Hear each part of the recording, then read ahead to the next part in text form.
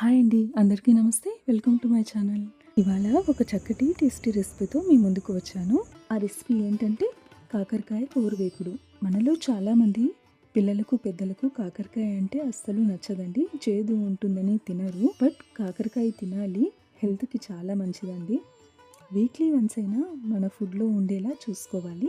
So ఈ recipe అయితే కాకరకాయ చేదు అంటూ తినలేని వాళ్ళ కోసం చూపిస్తున్నాను. అందరూ తప్పకుండా ట్రై చేయవలసిన రెసిపీ అండి ఇది. చాలా మందికి నచ్చుతుంది కూడా. రెసిపీ చూపించే ముందు నాదొక స్మాల్ రిక్వెస్ట్ అండి. మీలో ఎవరైనా నా ఛానల్ని కొత్తగా చూస్తూ ఉంటే please like, share and subscribe to my channel. Keep support me. So let's go to the recipe.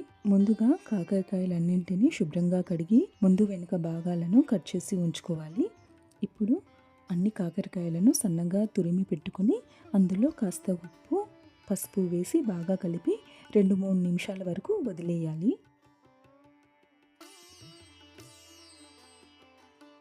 తర్వాత ఆ మిశ్రమాన్ని కొంచెం కొంచెం తీసుకుంటూ అందులో నీరంతా పోయేలా పిండుకొని పక్కన ఉంచుకోవాలి. ఇలా పిండుకోవడం వల్ల కాకరకాయల్లో ఉండే చేదు కొంతవరకు తగ్గుతుంది. ఇప్పుడు స్టవ్ మీద బాణలి పెట్టుకొని స్టవ్ మీడియం ఫ్లేమ్లో ఉంచుకొని అందులో ఈ మిశ్రమాన్ని వేసి నీటి చెమ్మ అంతా పోయే వరకు వేపుకోవాలి. తర్వాత తగినంత నూనె వేసి బాగా కలిపి మూత పెట్టేసి 2-3 నిమిషాలు మగ్గనివ్వాలి. తర్వాత మూత తీసి అందులో ఎండు కొబ్బరి, ఉప్పు, కారం, వెల్లుల్లి కలిపి గ్రైండ్ చేసి ఉంచుకున్న కారాన్ని వేసి బాగా కలిపి స్టవ్ ఆఫ్ చేసుకొని మూత పెట్టేసి 5 నిమిషాల వరకు వదిలేయాలి. అంతే అండి, కాకరకాయ కూర వేపుడైతే రెడీ అయిపోతుంది. ఈ రెసిపీ వేడి వేడి అన్నంలో నెయ్యి వేసుకొని కలుపుకొని తింటే చాలా బాగుంటుంది. నెయ్యి లేకుండా బాగుంటుంది. పప్పుతో నంజుకునే దానికన్నా సపరేట్గా అన్నంలో కలుపుకొని తింటేనే అద్భుతంగా ఉంటుంది.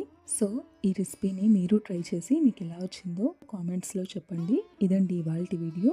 మరొక చక్కటి వీడియోతో మళ్ళీ కలుద్దాం. నా ఈ వీడియో మీకు నచ్చితే please like, share and subscribe to my channel. Thank you for watching. Take care.